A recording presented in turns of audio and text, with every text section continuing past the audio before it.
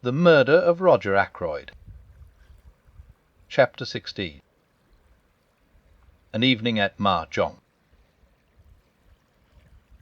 That night we had a little Mahjong party. This kind of simple entertainment is very popular in King's Abbott. The guests arrive in goloshes and waterproofs after dinner. They partake of coffee and later of cake, sandwiches, and tea. On this particular night our guests were Miss Gannet and Colonel Carter, who lives near the church. A good deal of gossip is handed round at these evenings, sometimes seriously interfering with the game in progress. We used to play bridge, chatty bridge of the worst description. We find Mahjong much more peaceful. The irritated demand as to why on earth your partner did not lead a certain card is entirely done away with, and though we still criticisms frankly, there is not the same acrimonious spirit. Very cold evening. Shepherd, said Colonel Carter, standing with his back to the fire. Caroline had taken Miss Gannet to her own room, and was there assisting her to disentangle herself from her many wraps. Reminds me of the Afghan passers. Indeed, I said politely. Very mysterious business this about poor Ackroyd, continued the Colonel, accepting a cup of coffee. Deuce of a lot behind it. That's what I say. That between you and me, Shepherd, I've heard the word blackmail mentioned.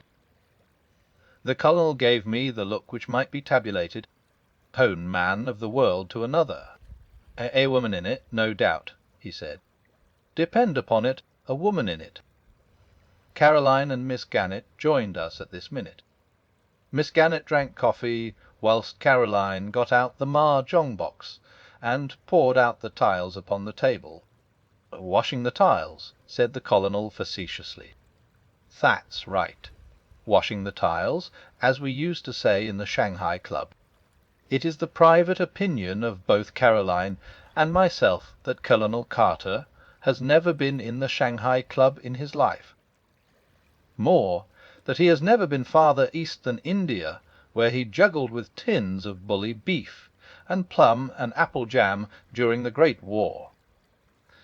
But the Colonel is determinedly military, and in King's Abbott we permit people to indulge their little idiosyncrasies freely. "Shall we begin?" said Caroline. We sat round the table. For some 5 minutes there was complete silence, owing to the fact that there is tremendous secret competition amongst us as to who can build their wall quickest. "Go on, James," said Caroline at last. "Your east wind." I discarded a tile. A round or two proceeded, broken by the monotonous remarks of 3 bamboos, 2 circles. Pung, and frequently from Miss Gannet, unpung, owing to that lady's habit of too hastily claiming tiles to which she had no right. "I saw Flora Ackroyd this morning," said Miss Gannet. "Pung, no. Unpung. I made a mistake. 4 circles," said Caroline. "Where did you see her?" "She didn't see M.E.," said Miss Gannet, with that tremendous significance only to be met with in small villages. Said Caroline interestedly. "Chow. I believe," said Miss Gannet, temporarily diverted, "that it's the right thing nowadays to say chi, not chow." "Nonsense," said Caroline. "I have always said chi. In the Shanghai Club," said Colonel Carter, "they say C.W. Miss Gannet retired, crushed." "What were you saying about Flora Ackroyd?" asked Caroline, after a moment or two devoted to the game. "Where's she with anyone?" "Very much so," said Miss Gannet. The eyes of the 2 ladies met and seemed to exchange information. "Really?" said Caroline interestedly. "Is that it?" "Well, it doesn't surprise me in the least." "We're waiting for you to discard, Miss Caroline," said the Colonel. He sometimes affects the pose of the bluff male, intent on the game and indifferent to gossip. But nobody is deceived. "If you ask me," said Miss Gannet, "was that a bamboo you discarded, dear?" "Oh, no, I see now. It was a circle," As I was saying, if you ask me, Flora's been exceedingly lucky. Exceedingly lucky she's been." "How's that, Miss Gannett?" asked the Colonel. "I'll pung that green dragon. How do you make out that Miss Flora's been lucky? Very charming girl and all that, I know. I might know very much about crime," said Miss Gannett, with the air of one who knows everything there is to know. "But I can tell you one thing. The first question that's always asked is who last saw the deceased alive. And the person who did is regarded with suspicion. Now Flora Ackroyd last saw her uncle alive. It might have looked very nasty for her, very nasty indeed. It's my opinion, and I give it for what it's worth, that Ralph Peyton is staying away on her account, to draw suspicion away from her." "Come now," I protested mildly, "you surely can't suggest that a young girl like Flora Ackroyd is capable of stabbing her uncle in cold blood?" "Well, I don't know," said Miss Gannett. "I've just been reading a book from the library about the underworld of Paris, and it says that some of the worst women criminals are young girls with the faces of angels." "That's in France," said Caroline instantly. "Just so," said the Colonel. "Now, I'll tell you a very curious thing, a story that was going round the bazaars in India." The Colonel's story was one of interminable length, and of curiously little interest. A thing that happened in many years ago cannot compare for a moment with an event that took place in King's Abbott the day before yesterday. It was Caroline who brought the Colonel's story to a close by fortunately going mahjong. After the slight unpleasantness always occasioned by my corrections of Caroline's somewhat faulty arithmetic, we started a new hand. "East wind passes," said Caroline. "I've got an idea of my own about Ralph Peyton. 3 characters. But I'm keeping it to myself for the present." "You dear," said Miss Gannett. Pung." "Wes," said Caroline firmly. "Was it all right about the boots?" asked Miss Gannett. "Their being black, I mean." "Quite all right," said Caroline. "What was the point, do you think?" asked Miss Gannett. Caroline pursed up her lips and shook her head with an air of knowing all about it. "Pung," said Miss Gannett. "Unpung. I suppose that now the doctor's in with M. Poirot he knows all the secrets." "Far from it," I said. "James is so modest," said Caroline. Utter concealed Kong. The Colonel gave vent to a whistle. For the moment gossip was forgotten. "Your own wind, too," he said. "And you've got 2 pungs of dragons. We must be careful. Miss Caroline's out for a big hand." We played for some minutes with no irrelevant conversation. "This M. Poirot now," said Colonel Carter. "Is he really such a great detective?" "The greatest the world has ever known," said Caroline solemnly. "He had to come here incognito to avoid publicity." "Ciao," said Miss Gannett. "Quite wonderful for our little village, I'm sure. By the way, Clara, my maid, you know, is great friends with Elsie, the housemaid at Fernley, and what do you think Elsie told her?" "That there's been a lot of money stolen, and it's her opinion." "Elsie's. I mean that the parlour maid had something to do with it. She's leaving at the month, and she's crying a good deal at night. If you ask me, the girl is very likely in league with a Gange. She's always been a queer girl. She's not friends with any of the girls round here. She goes off by herself on her days out, very unnatural, I call it, and most suspicious. I asked her once to come to our girls' friendly evenings, but she refused, and then I asked her a few questions about her home and her family, all that sort of thing, and I'm bound to say I considered her manner most impertinent. Outwardly very respectful, but she shut me up in the most barefaced way." Miss Gannett stopped for breath, and the Colonel, who was totally uninterested in the servant question, remarked that in the Shanghai Club brisk play was the invariable rule. We had a round of brisk play. "Let Miss Russell," said Caroline. She came here, pretending to consult James on Friday morning. It's my opinion she wanted to see where the poisons were kept. 5 characters. "Chow," said Miss Gannett. "What an extraordinary idea! I wonder if you can be right." "Talking of poisons," said the Colonel. What haven't I discarded?" "Oh, 8 bamboos. Mao Jong," said Miss Gannett. Caroline was very much annoyed. "1 red dragon," she said regretfully, "and I should have had a hand of 3 doubles." "I've had 2 red dragons all the time," I mentioned. "They're so exactly like you, James," said Caroline reproachfully. "You've no conception of the spirit of the game. I myself thought I had played rather cleverly. I should have had to pay Caroline an enormous amount if she had gone Mahjong." Miss Gannett's Mahjong was of the poorest variety possible, as Caroline did not fail to point out to her.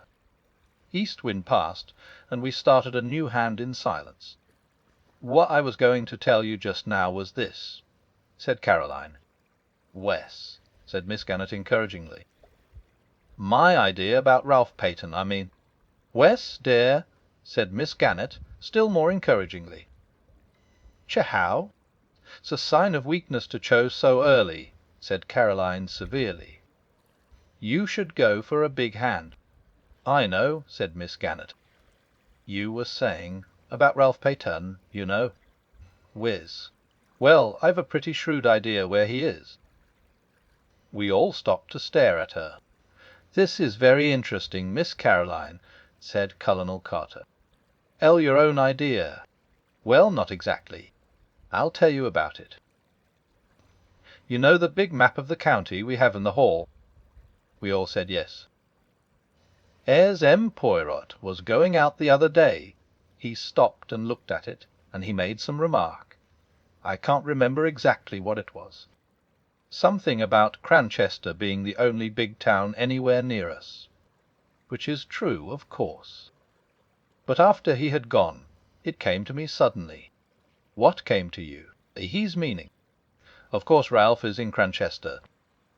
It was at that moment that I knocked down the rack that held my pieces.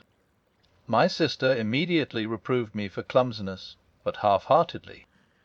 She was intent on her theory. "For Cranchester, Miss Caroline," said Colonel Carter. "Surely not Cranchester. It's so near." "That's exactly it," cried Caroline triumphantly. "It seems quite clear by now that he didn't get away from here by train. He must simply have walked into Cranchester. And I believe he's there still. No one would dream of his being so near at hand. I pointed out several objections to the theory, but when once Caroline has got something firmly into her head, nothing dislodges it." "And you think M. Poirot has the same idea?" said Miss Gannett thoughtfully. "It's a curious coincidence, but I was out for a walk this afternoon on the Cranchester road, and he passed me in a car coming from that direction." We all looked at each other. "Why, dear me," said Miss Gannett suddenly, "I mahjong all the time, and I never noticed it." Caroline's attention was distracted from her own inventive exercises. She pointed out to Miss Gannett that a hand consisting of mixed suits and too many chose was hardly worth going mahjong on. Miss Gannett listened imperturbably and collected her counters. "Wes, dear, I know what you mean," she said. "But it rather depends on what kind of a hand you have to start with, doesn't it? You'll never get the big hands if you don't go for them," urged Caroline. "Well, we must all play our own way, mustn't we?" said Miss Gannett. She looked down at her counters. "After all, I'm up, so far." Caroline, who was considerably down, said nothing. East wind passed, and we set to once more.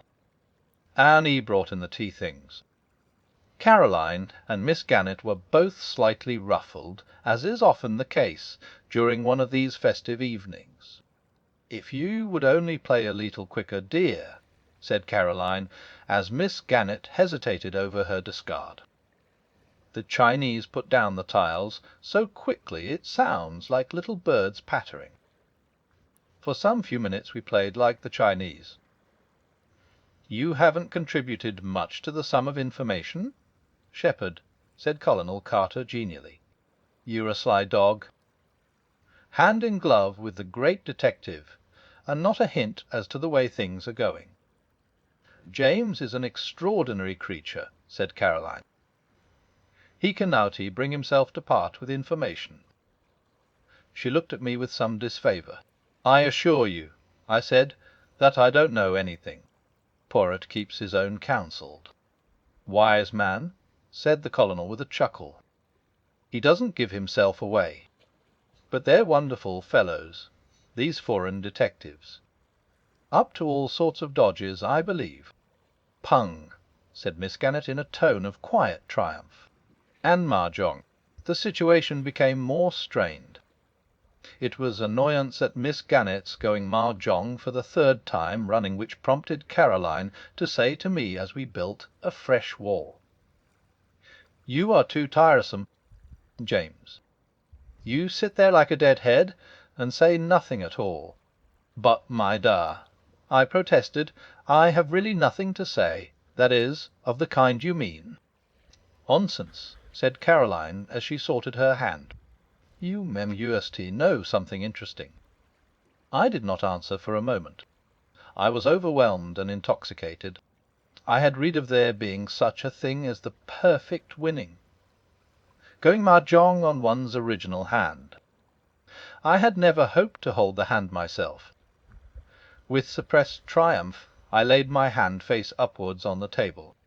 "As they say in the Shanghai Club," I remarked, "tin ho, the perfect winning." The Colonel's eyes nearly bulged out of his head. "Upon my soul," he said, "what an extraordinary thing! I never saw that happen before." It was then that I went on, goaded by Caroline's gibes and rendered reckless by my triumph. "And as to anything interesting," I said, "what about a gold wedding ring with a date and frumar inside?" I pass over the scene that followed. I was made to say exactly where this treasure was found. I was made to reveal the date. "March 13th," said Caroline, "just 6 months ago." Ah! Out of the babel of excited suggestions and suppositions 3 theories were evolved. 1. That of Colonel Carter that Ralph was secretly married to Flora. The first or most simple solution. 2. That of Miss Gannett that Roger Ackroyd had been secretly married to Mrs. Ferrars. That of my sister that Roger Ackroyd had married his housekeeper, Miss Russell. A fourth or super theory was propounded by Caroline later as we went up to bed. "Mark my words," she said suddenly, "I shouldn't be at all surprised if Geoffrey Raymond and Flora weren't married." "Surely it would be from G, not from R, then," I suggested. "You never know. Some girls call men by their surnames." "And you heard what Miss Gannett said this evening about Flora's carryings on?" Strictly speaking, I had not heard Miss Gannett say anything of the kind, but I respected Caroline's knowledge of innuendos. "How about Hector Blunt?" I hinted. "If it's anybody—" "Nonsense," said Caroline. "I dare say he admires her, may even be in love with her. But depend upon it, a girl isn't going to fall in love with a man old enough to be her father when there's a good-looking young secretary about. She may encourage Major Blunt just as a blind. Girls are very artful. But there's one thing I do tell you, James Shepherd. Flora Ackroyd does not care a penny piece for Ralph Peyton, and never has. You can take it from me, I took it from her meekly,